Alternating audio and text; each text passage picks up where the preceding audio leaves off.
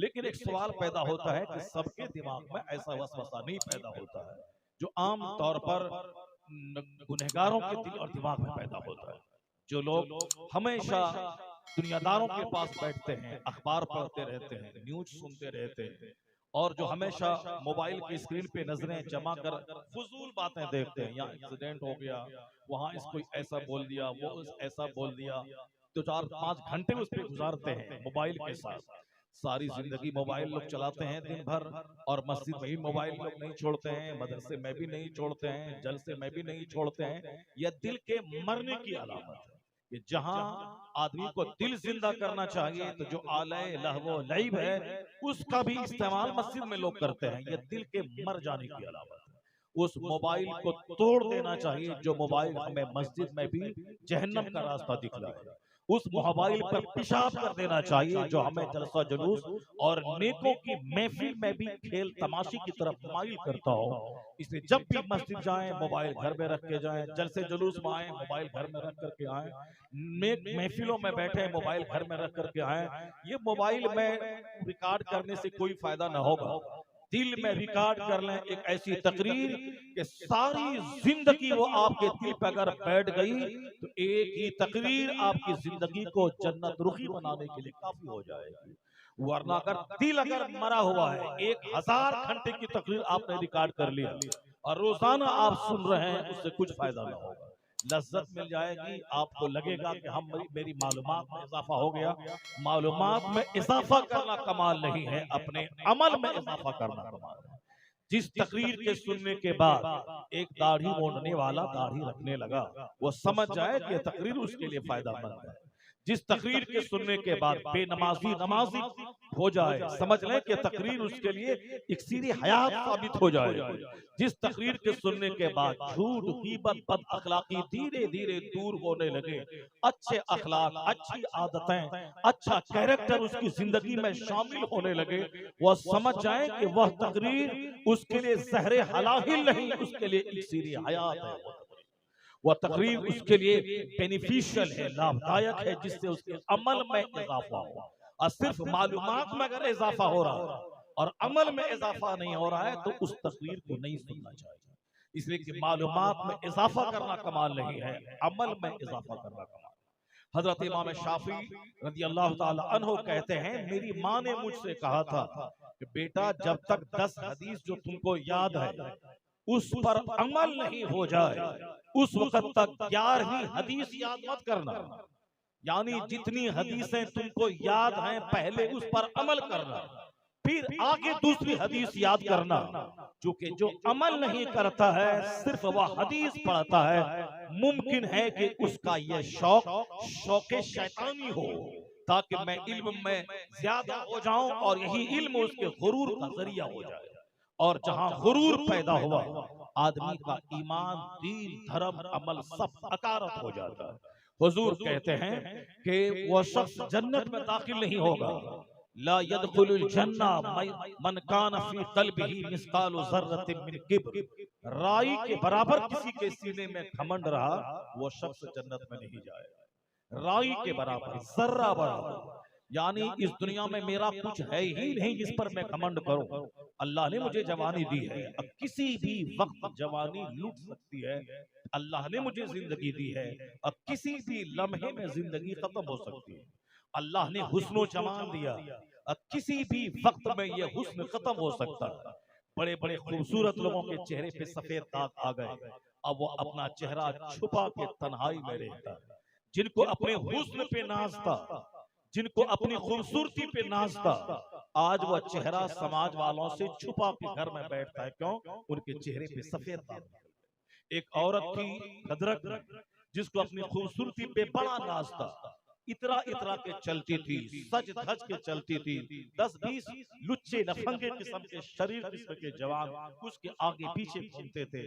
वो ये समझती थी कि दुनिया हम पर पागल हो रही है, दुनिया हम पर फिदा हो रही है। उसको अपने हुस्न पे और घमंड पैदा होता था कि मैं इस काबिल हूं कि 50-100 लोग मुझ पर फिदा हुए चले जाते हैं। रास्ते में चलती थी, कीमती पर्स लेकर, कीमती कपड़ा पहनकर, उस हुस्न के जरिए वो कमाना चाहती थी।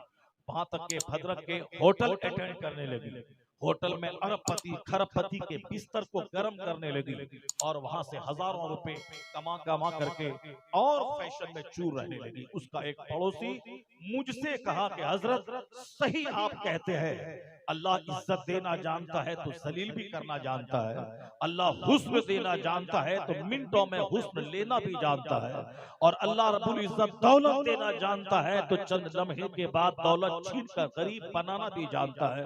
इसे बंदा को हमेशा अल्लाह से डरना चाहिए। उस औरत को जो बिल्कुल ऐन जवानी में थी, जो जिस पर लोग दीवाना होते थे, जो होटल अटेंड करती थी, लाखों रुपए कमाती थी, अपने हुस्न का सौदा करती थी, थोड़ी नाक लंबी थी, आंख बड़ी थी, चेहरा गोरा था, थोड़ी सी हाइट थी, तो सोचती थी कि जो मैं हूं कोई नहीं है, इसी हुस्न को भुना भुना कर जितना पैसा चाहे मैं कमा लूं, वो कमाती थी।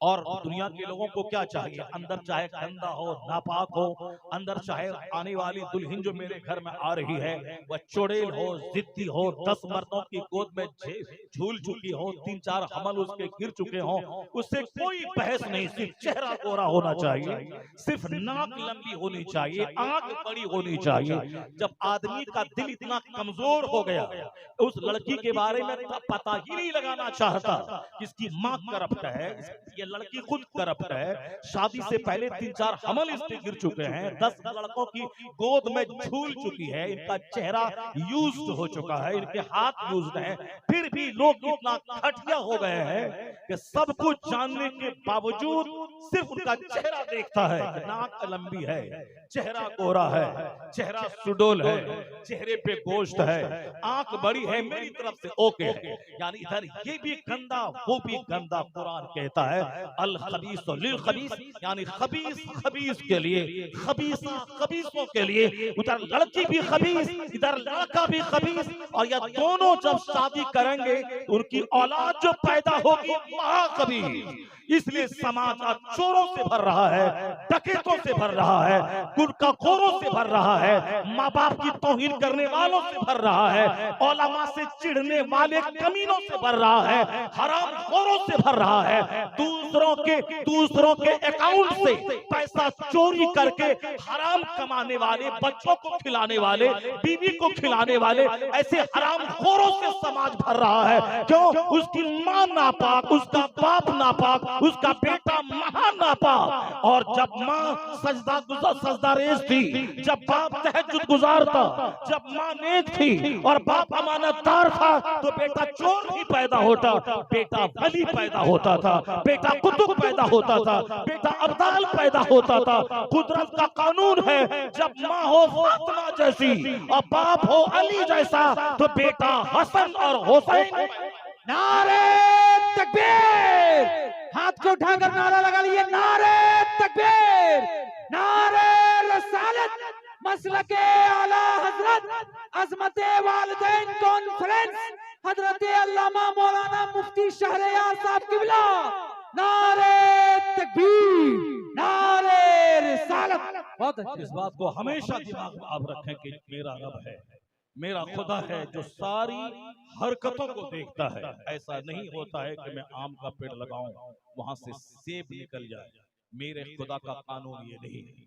ऐसा नहीं है कि लड़की और लड़का दोनों पापी हों और लड़का उसकी औलाद नेक हो जाए, ये कानून कुदरत नहीं है। कानून कुदरत है कि आम के पेड़ से आम, सेब के पेड़ से सेब, गेहूं के दाने से गेहूं, चावल से चावल, ये कुदरत का कानून है।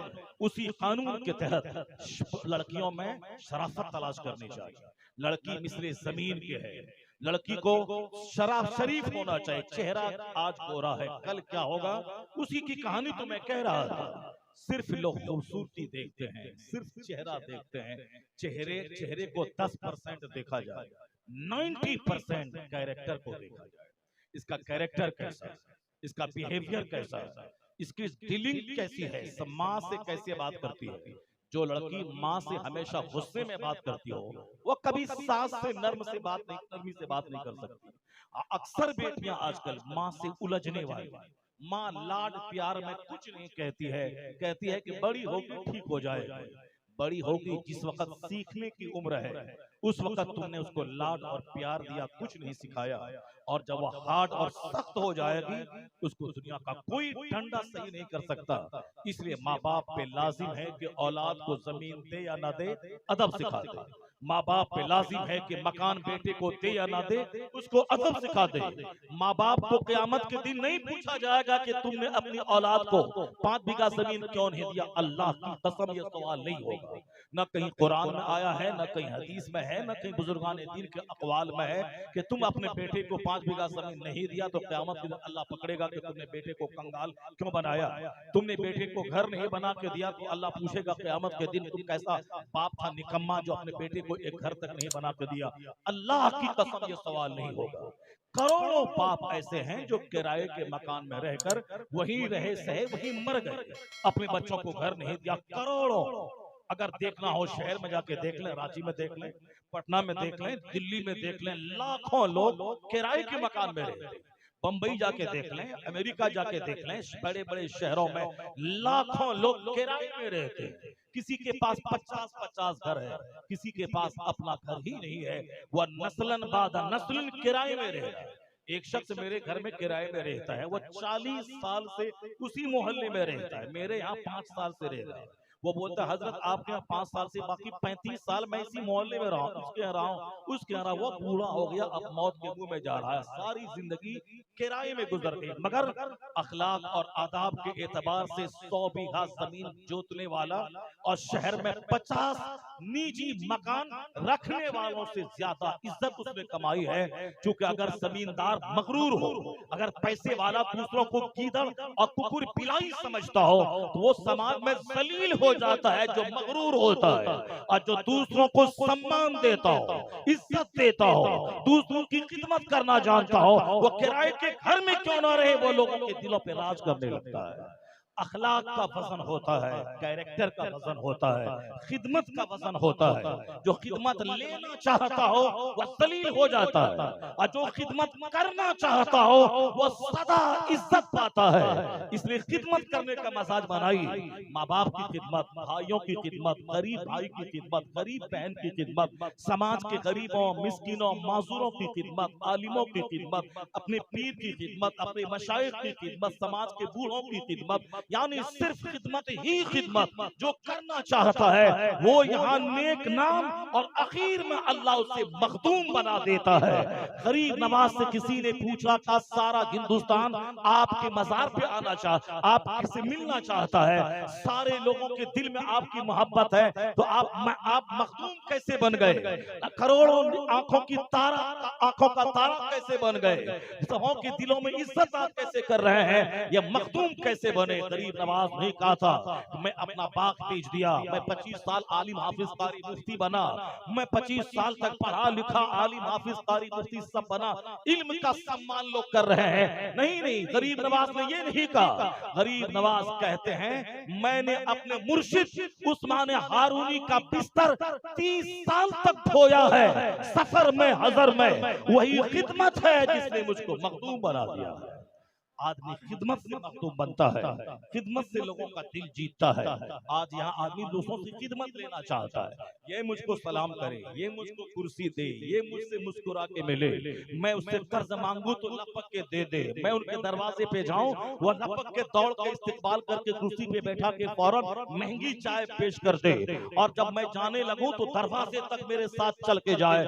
ये सिर्फ चाहता है कि लोग मेरी इज्जत करें, और जब उनके यहाँ लोग आए या भैंस की तरह बैठा रहे या फिरौन की तरह तहकीर की निगाहों से देखता रहे, न सलाम में पहल करे, न आदाब मेहमान नवाजी जाने। हुजूर कहते हैं मन कान युमिनु बिल्लाहि वल यौमिल आखिर फलयुकरिम ज़ैफा। हदीस में आया है कि जो अल्लाह और आखिरत के दिन पे ईमान लाता है उसे अपने मेहमान की ताज़ीम करनी चाहिए, और मेहमान को अपनी औकात के मुताबिक अच्छा से अच्छा खाना खिलाना चाहिए। चाहे कर्ज भी लेना पड़े कर्ज से लेके मेहमान को अच्छा खाना खिलाए और मेहमान से अच्छी बातें करे, और मेहमान जब जाने लगे तो आया है कि दरवाजे तक छोड़ने के लिए मेहमान के साथ जाए। ये आदाब मेजबानी है, ये मेहमान की कद्र और इज्जत का एक शानदार तरीका शरीयत ने बताया है। तो मैं चाहता हूं कि मैं जब जाऊं वो खड़े होकर सलाम करे, मुस्कुराते हुए इस्तेकबाल करे और लपक के मुझसे मुसाफा करे, और जब तक मैं हाथ ना हटाऊं वो मुझसे हाथ ना छोड़ाए और शानदार खाना मुझको खिलाए, और जब मैं वहां से निकलूं तो दरवाजे तक छोड़ने जाए और अपने लिए ये पसंद करता है। और जब उनके घर कोई मेहमान आए ये सलाम न करे, या टेबरी चढ़ा के बात करे, या अपनी कुर्सी से ना हिले, या अपनी दौलत के घमंड में बैठा रहे, तो ऐसा शख्स जलील हो जाता है, अपने दोस्तों को खो बैठता है, अपने बाल बच्चों की हमदर्दी खो बैठता है, वह दुनिया में तन्हा रह जाता है। ना उसकी बीवी गमखार होती है, ना उसके बच्चे खैरखा होते हैं, ना उनके माँ बाप उसके अपने होते हैं, ना औलाद उसकी होती है। और जो खिदमत का जिक्र रखता हो, माँ बाप की खिदमत, बीवी की खिदमत, बीवी को कोई कष्ट नहीं देना, उनके माँ बाप लगा के गाली नहीं देना। मैं बाहर अगर 10 घंटे कमाता हूँ तो मेरी बीवी किचन में 8 घंटे रहकर मेरे नाश्ते का इंतजाम करती है, मेरे दोपहर के खाने का इंतजाम करती है, मेरे रात के खाने का इंतजाम करती है, मेरे कपड़े धोती है, मेरे बच्चों को पालती है। अगर मैं 8 घंटे हल चलाया, 10 घंटे दुकान में रहा, उससे ज्यादा मेहनत तो वो करती है। मेरे सामने दस्तरखान बिछाती है, शानदार खाने लाती है। एक दिन कभी आग के सामने रह के खाना बना के देख ले, मुझसे ज्यादा मेहनत वो करती है। और बदले में मैं क्या देता हूँ? बदले में मैं देता हूँ कड़ी आंख, बदले में मैं देता हूँ गाली, बदले में मैं देता हूँ तो 4 तमाचा।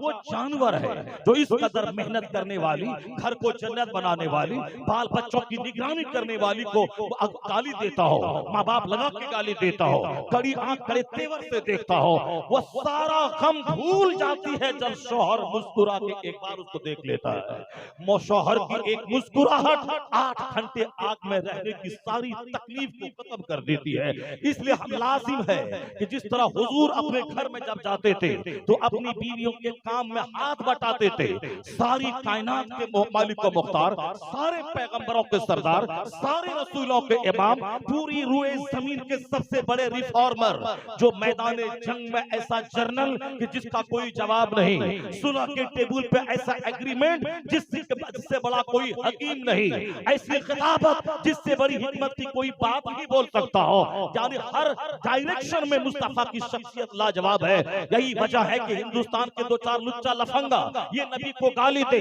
उसके गाली देने से क्या फर्क पड़ता है? दुनिया का बड़ा से बड़ा साइंटिस्ट, बड़ा से बड़ा वैज्ञानिक, वो अपने माफी ज़मीर को अदा करते हुए कह दिया, I can not find any other man in history like Muhammad. मैं चाहे जितने भी करोड़ों इंसानों को देख लो, इंसानी तारीख में मुस्तफा का कोई जवाब नहीं मिलता है। इसी को आला हजरत ने कहा, सारे ऊंचों में ऊंचा समझिए जिसे, है उस ऊंचे से ऊंचा हमारा। नारे तकबीर, नारे रिसालत, हजरत अल्लामा मौलाना मुफ्ती शहरयार साहब किबला, अज़मते मुस्तफा, शाने मुस्तफा, नारे तकबीर, नारे रिसालत।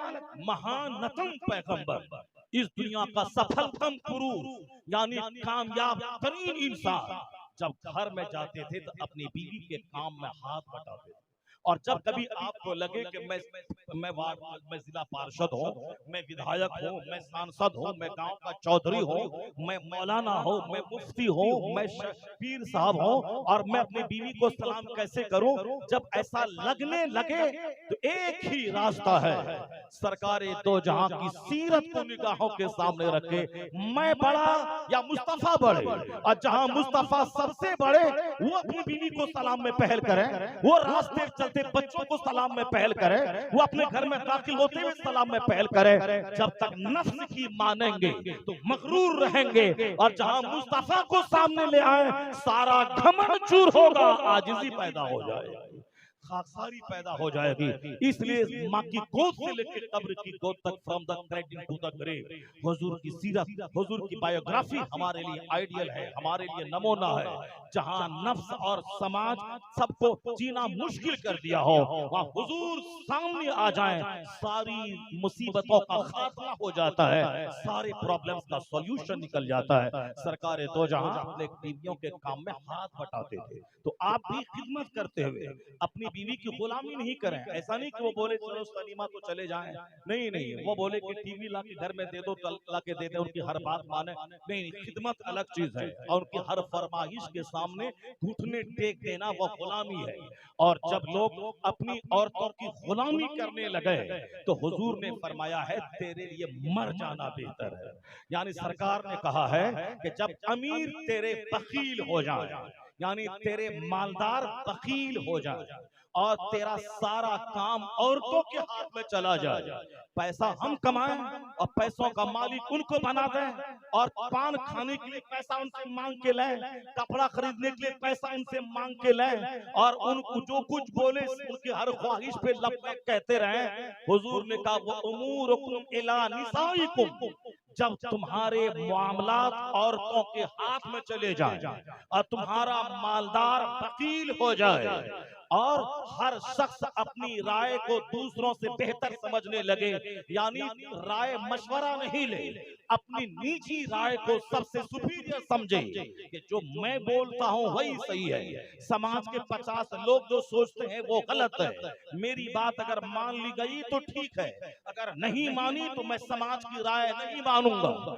जबकि पंचायती का मसला है कि जिसकी राय पे सबका इत्तेफाक हो जाए और जो राय सबसे अच्छी हो, चाहे वह कमजोर किस्म के आदमी की क्यों ना हो, उसी राय को मानी जाए। लेकिन कुछ मगरूर किस्म के लोग होते हैं जो अपनी राय के सामने दूसरों की राय को कमजोर और बेसलेस समझते हैं। तो हुजूर ने फरमाया जब आदमी अपने नफ्स की गुलामी करने लगे, अपनी राय को दूसरों से बेहतर समझने लगे, उनके मामलात औरतों के हाथ में चले जाएं, उनके मालदार वकील हो जाएं, तो हुजूर ने कहा फबतनुल अर्द खैरु मिन ज़हरिहा, तो जमीन का पेट उसकी पीठ से बेहतर है तुम्हारे लिए। जमीन का पेट यानी मर जाना, जमीन के अंदर चला जाना, ये तुम्हारे लिए बेहतर है। कब? जब 3 बातें दुनिया में पैदा हो जाए, अमीर बखील हो जाए, अल्लाह जरूरत से ज्यादा माल इसीलिए देता है ताकि उसके माल में बेशुमार लोगों के हुकूक अल्लाह रख देता है, गरीबों का हक, मिस्कीनों का हक, माजूरों का हक, बीमारों का हक, दबे कुचलों का हक, मेहमानों का हक, ज़ईफों का हक, माँ बाप का हक, भाई बहनों का हक, यानी बेशुमार लोगों के हक रख देता है। मेरा काम तो 30,000 रुपए माहाना से चल सकता है, लेकिन अगर अल्लाह 3 लाख माहाना देता है, इसका मतलब है कि जरूरत से ज्यादा पैसे देकर उसको अल्लाह आजमाइश में मुब्तला कर दिया है और उसमें बेढेर लोगों के हक को रख दिया है, और जब तक सबका हक अदा होता रहे अल्लाह उसके माल को बढ़ाता रहता है। ऐसा नहीं होता है कि मैं गरीबों की खिदमत करूं, मैं कंगाल हो जाऊं। करोड़ों में अरबों में कोई नहीं मिलेगा, क्योंकि हुजूर जो सच्चों के सरदार हैं उसने कसम खा के कहा है। हुजूर को कसम खाने की कोई जरूरत नहीं, हुजूर ने कहा कि अल्लाह एक है, सारी दुनिया ने मान लिया। हुजूर ने कहा कि कुरान अल्लाह की किताब है, सारी दुनिया ने मान लिया। हुजूर ने कहा कि जन्नत और जहन्नम है, हम सबों ने बिन देखे मान लिया। हमने जन्नत को नहीं देखा, हमने जहन्नम को नहीं देखा है, लेकिन उसी तरह विश्वास है जैसे अभी रात है, दिन निकलेगा, दिन था, रात आई, उससे ज्यादा हमें विश्वास है कि आखिरत है, जन्नत तैयार है, जहन्नम बना हुआ है। जो इस दुनिया के 100 साल के अंदर की जिंदगी को शिर्क से, कुफ्र से, फिस्क से, बदअमली से इबारत कर दे, उसके लिए वहां जहन्नम तैयार है, आग ही आग है, जहां खरबों साल रहना है। दुनिया में 70-80 साल, 1 मिनट 1 सेकंड, और जहां खरबों साल रहना है वो आग तैयार है। ऐसा नहीं कि मरने के बाद तैयार की जाएगी, नहीं, जहन्नम तैयार है। उसी तरह जन्नत भी तैयार है। जो इस दुनिया में ईमान लाए, अच्छा काम करे, 70-80 साल तो 1 मिनट है अल्लाह के नजदीक, तो इसी 1 मिनट का सही इस्तेमाल करे, इसकी कद्र करे, एक मिनट को कीमती समझे, उसको फालतू बातों में, फालतू गपशप में, फालतू काम में, ढेर दुनिया तलबी में न गुजारे, जो वरना 70-80 साल मेरे लिए लगता है कि 70 साल है, अल्लाह के नजदीक 1 मिनट है वो, क्योंकि मरने के बाद की जो जिंदगी है वहां का 1 दिन 50,000 साल का, उसके सामने दुनिया का 100 साल 1 मिनट मिनट है। इसको कुरान शरीफ में, हदीस पाक में, औलिया और सालिहीन के अक़वाल में इस बात पर जोर दिया गया है ताकि लोगों के दिल में दुनिया एक हकीर सी चीज हो जाए और आखिरत को बड़ी चीज समझने लगे। वह दुनिया का सारा काम आखिरत के नुक्ते नजर से सोचने लगे। अगर वो गरीब है, ये दिल बर्दाश्त ना हो, नर्वस न हो जाए, इंफीरियर ना हो जाए, ऐसा से कम तरीका शिकार न हो जाए, बल्कि वो ये जान ले कि दुनिया पानी के बुलबुले की तरह है, आज है कल खत्म हो जाएगी। असल में दायमी ठिकाना तो जन्नत है, जहां महासंख्यों साल, अरबों साल, खरबों साल, बेगिनती साल, काउंटलेस ईयर्स, जहां हमेशा सदा रहना है। असल इज्जत वहां की, असल आराम वहां का। ये बात जब दिमाग में आती है तो आदमी की सारी गरीबी उसके लिए तकलीफ दे नहीं साबित होती, सारी गरीबी में सब्र और हौसला उसको मिलने लगता है। इसलिए इस्लाम का सबसे बड़ा टॉपिक आखिरत है, इस्लाम का सबसे बड़ा टॉपिक जन्नत है, इस्लाम का सबसे बड़ा टॉपिक रोज़े जज़ा है, दारुल जज़ा है। ये दुनिया के बारे में हुजूर ने फरमाया, तुम में से कोई अपनी उंगली समंदर में डाल दे और फिर निकाल के देखे कि कितना पानी उंगली में लगा है, एक कतरा पानी मुस्तफा कहते हैं। यह दुनिया जिसको मैं बहुत बड़ी चीज समझता हूँ, घर, मकान, दुकान, बीवी, बाल, बच्चे, शादी, doctor, engineer, professor, scientist, America, Europe, Hindustan की गवर्नमेंट, अमेरिका की गवर्नमेंट, टाटा, बिरला, हवाई जहाज, ट्रेन, प्लेन, 4 व्हीलर, ये वो जो हम लोग सब कुछ समझते कुछ नहीं है। हुजूर कहते हैं एक पानी का बुलबुला है, जिस तरह समंदर में उंगली डाल दे, फल यनजुर बिमा तरजा, फिर देख के उंगली में कितना पानी लगा, एक कतरा पानी। तो कहते हैं आखिरत समंदर के मानिंद है और दुनिया एक कतरा पानी है। तो एक कतरा पानी पे मरने वाला वह बदनसीब है, एक कतरा पानी पे रीझने वाला वह बदनसीब है, एक कतरा पानी के चलते आखिरत को दांव पे लगाने वाला वह बदनसीब है। और जो नजर आखिरत पे रखेगा, दुनिया में चाहे बादशाह बने तो भी वह मिस्कीन रहेगा, चाहे वह किराए के घर में रहे तो भी वह मिस्कीन रहेगा। ना दौलत मगरूर बना पाएगी, ना गरीबी कुफ्र के करीब ले जाएगी, हर हाल में नजर आखिरत में रहेगी। तो दुनिया इससे उधर से उधर हो जाए, ना उनका ईमान छिनेगा, ना उसका अमल छिन पाए।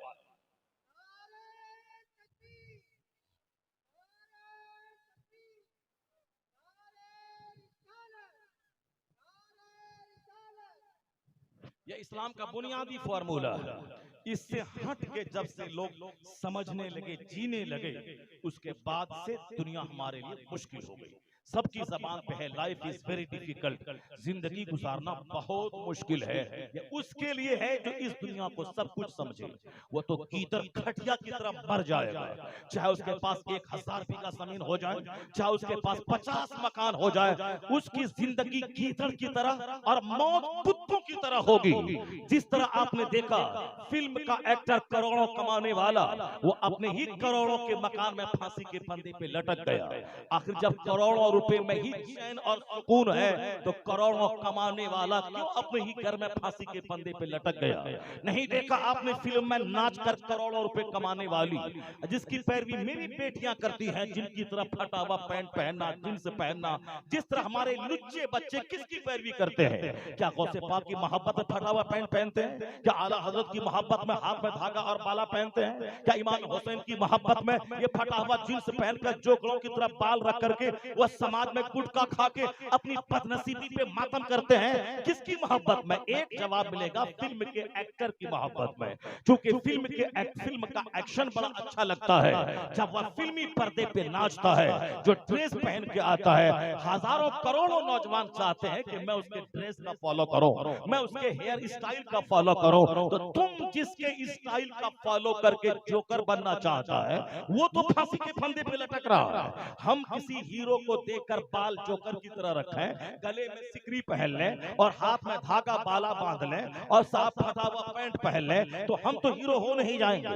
हमको तो 1 करोड़ रुपए कोई दे नहीं देगा कि तुम अमिताभ बच्चन की तरह फटा हुआ पैंट पहन रहा है, चलो 1 करोड़ का चेक तुमको हम दे रहे हैं। तुमने फिल्म के हीरो की पैरवी की, उसके उनके नक्शे कदम पे अमल किया, उनका हेयर स्टाइल तुमने अपना लिया, 1 करोड़ रुपए का चेक तुम ले लो, फिल्म प्रोड्यूसर, फिल्म का बनाने वाला, फिल्म मेकर, कि तुमने मेरे एक्टर की पैरवी की, उसकी स्टाइल का बाल रखा, चलो 1 करोड़ का चेक ले लो।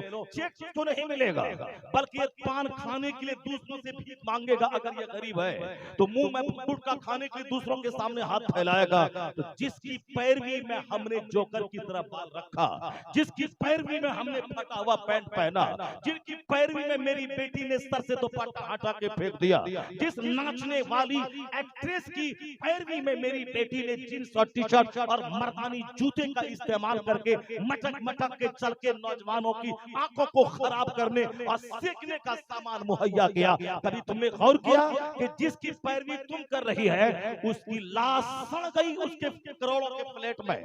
5 दिन के बाद जब पुलिस वाले ने दरवाजा तोड़ के उसकी लाश को निकाला, तब उसकी लाश सड़ी हुई शक्ल में उनके ही घर से निकली। और करोड़ों में खेलने वाली और जिनकी पैरवी तुम कर रही हो उसकी लाश तो सड़ गई उसके फ्लैट में। तेरा क्या हश्र होगा जब तेरा लीडर इस तरह पूरी मौत मरा, तेरी लीडर इसी पूरी मौत मरी, तो तेरा क्या हाल होगा।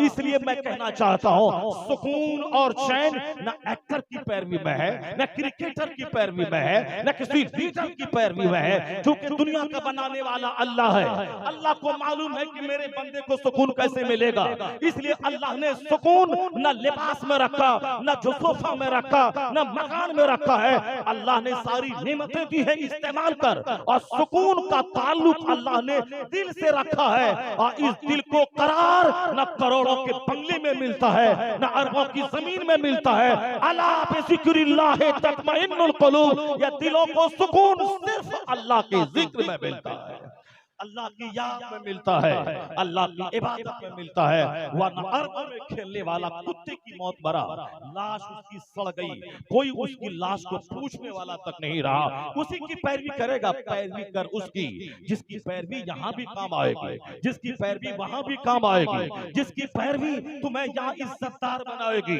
जिसकी पैरवी तुझे वहां जन्नत का हकदार बनाएगी। हदीस में आया है, अल मरउ मअ मन अहब, आदमी उसी के साथ होता है जिससे उसको मोहब्बत होती है। ए man will be with those whom he loves, आदमी उसी के साथ रहेगा जिससे उसको मोहब्बत होगी। तो मोहब्बत का मतलब जिसको अमिताभ बच्चन से मोहब्बत होगी, जहां वो एक्टर जाएगा वहां तुमको भी लेके जाएगा। जिसको किसी एक्ट्रेस से मोहब्बत होगी, जहां वो नाचने वाली जाएगी वहां तुमको लेके जाएगी। और जिसको गौस से मोहब्बत होगी, गौस जहां जाएगा वहां तुमको ले जाएगा। जिसको आला हजरत से मोहब्बत होगी, आला हजरत जहां जाएंगे वहां तुमको ले जाएंगे। जिसको गरीब नवाज से मोहब्बत होगी, गरीब नवाज जहां जाएंगे वहां तू पीछे पीछे जाएगा। जिसको गौसे आजम से, हसनैन करीमैन से मोहब्बत होगी वो उसी के साथ होगा। जिसको मुस्तफा से मोहब्बत होगी उनकी पैरवी करेगा, वो किसी जोकरों के साथ नहीं, जन्नत के मालिक को मुख्तार मुस्तफा के साथ वो जन्नतुल फिरदौस है। अल मरउ मअ मन अहब, a man will be with those whom he loves, आदमी उसी के साथ होगा जिससे उसको मोहब्बत है। इसलिए बहैसियत मुस्लिम हमें दोस्ती करने से पहले सोचना होगा, इनकी दोस्ती हमें जन्नत दिलाएगी या जहन्नम दिलाएगी।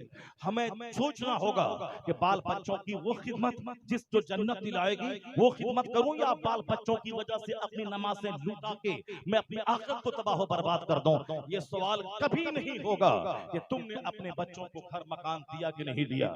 ये सवाल होगा कि तुमने अपने बच्चों की तरबियत की या नहीं की, तुमने अपने बच्चों को इल्म सिखाया या नहीं सिखाया, तुमने अपने बच्चों को डिसिप्लिन सिखाया या नहीं सिखाया। आज सारी दुनिया इस बात पे जोर दे रही है कि करोड़ों के कीमती घर से बेहतर है कि बच्चों को डिसिप्लिन और इल्म सिखा देना। अमेरिका के जब बच्चे दौलतों के माहौल में ड्रग्स के आदी बन गए, अब वहां की गवर्नमेंट इस बात पे जोर दे रही है कि बच्चों के लिए सबसे बड़ा गिफ्ट पेरेंट्स की तरफ से क्या है। अब वहां बाकायदा तौर पर किताबें लिखवाई जा रही है और बताया जा रहा है स्कूल और कॉलेज में और गोष्ठियों में, सेमिनार में, कि सबसे बड़ी दौलत है बच्चों को नॉलेज और डिसिप्लिन सिखा दीजिए, यानी इल्म और अदब सिखा दीजिए।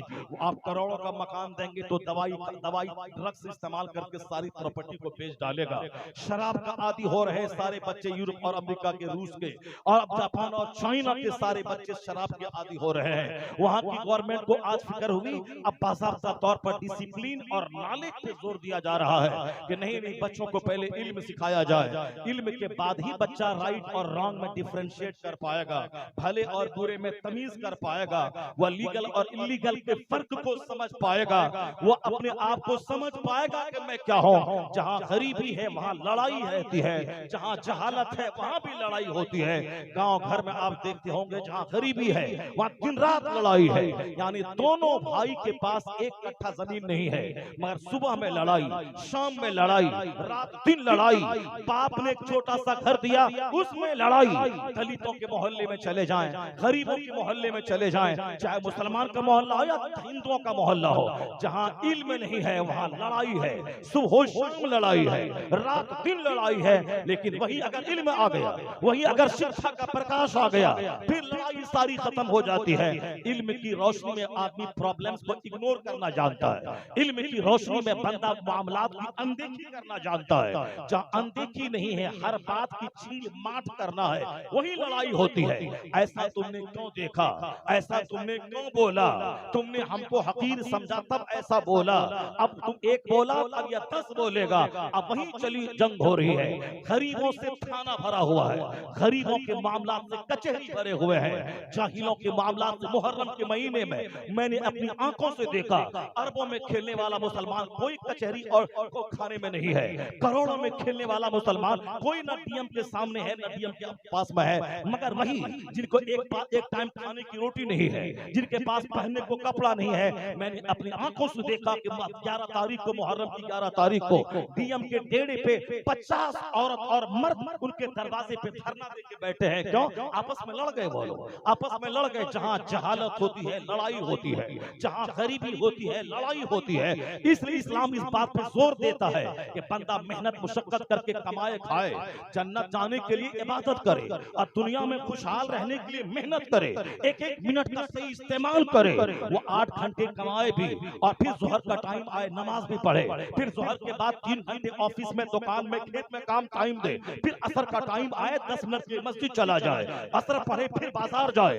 बिजनेस करे 2 घंटे तक, फिर मगरिब की अज़ान हो मस्जिद चला आए। तो फजर से लेके इशा तक 1 घंटा का टाइम निकाले बंदा, या 1 घंटा उसे जन्नत ले जाएगा।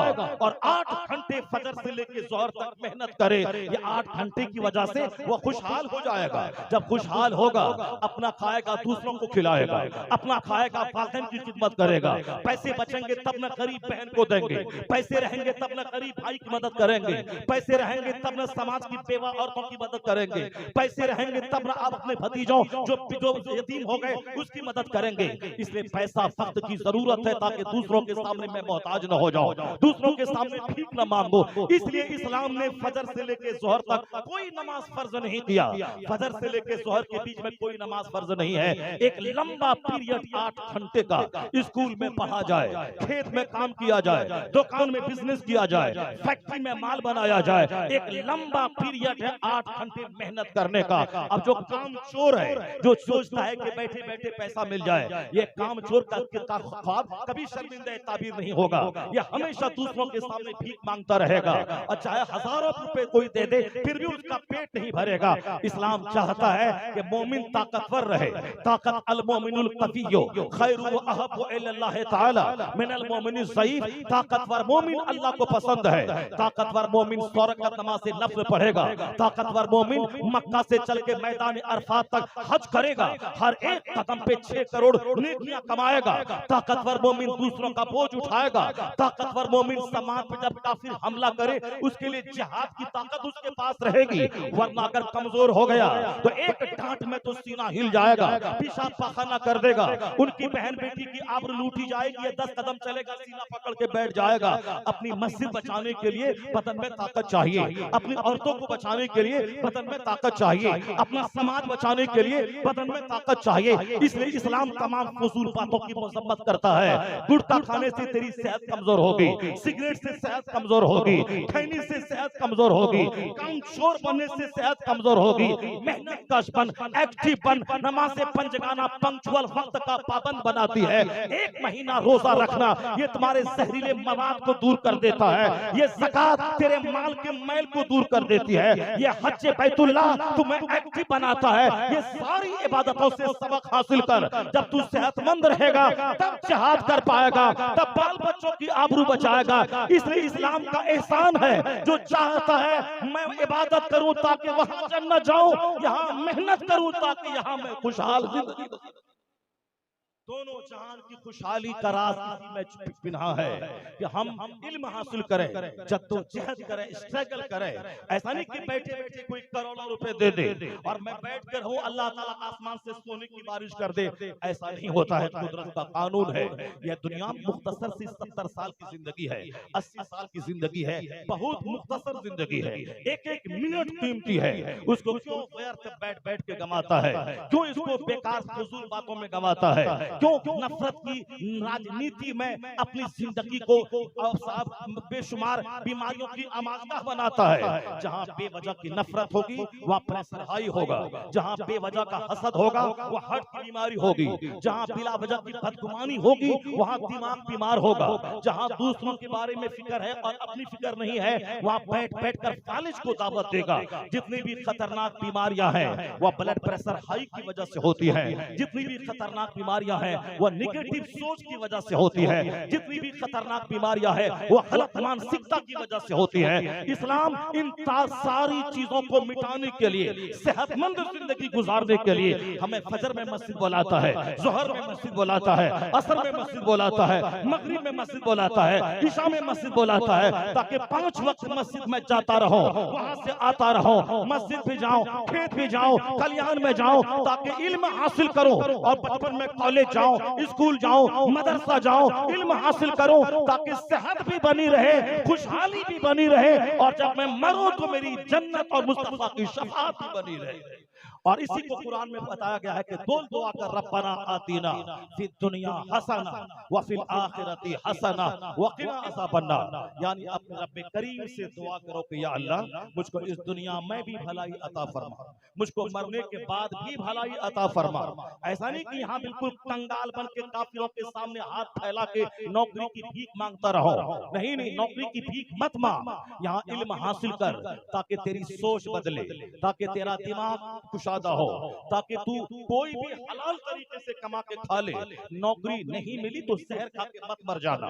वह लोग जिनकी नजर तालीम को सिर्फ रोजगार से जोड़ देते हैं, वहाँ जहर खुरानी है, वहाँ फांसी के फंदे पे लटकना है, वहाँ रेल की पटरी को उखाड़ना है, वहाँ बैंक को जलाना है। लेकिन जहाँ पढ़ने का मकसद अच्छा इंसान बनना है, जेंटिल बनना है, शरीफ बनना है, हक ना हक को पहचानना है, वहाँ कोई पढ़ा लिखा आदमी जहर खा के नहीं मरेगा, क्योंकि वह पढ़ाई को नौकरी से जोड़ा ही नहीं है, वह पढ़ाई को डिसिप्लिन से जोड़ा है, वह पढ़ाई को सभ्यता से जोड़ा है, वह पढ़ाई को संस्कृति से जोड़ा है, वह पढ़ाई को आदाब और अखलाक से जोड़ा है, वह पढ़ाई को अच्छी सेहत से जोड़ा है, वह पढ़ाई को दोनों जहान की भलाई से जोड़ा है। इसलिए जहां जहां इल्म और अदब है, यकीन जान लें वहां वहां नफरतें मिटती है, वहां जंग का खात्मा होता है, वहां लड़ाइयां, छोटी छोटी बातों पे लड़ाइयां मिटती हैं। इसलिए मैं कहता हूं कि इंजीनियर और डॉक्टर जहां सिर्फ इल्म है, अदब नहीं है, वहां एक मिनिस्टर है जो रिश्वत लेता है,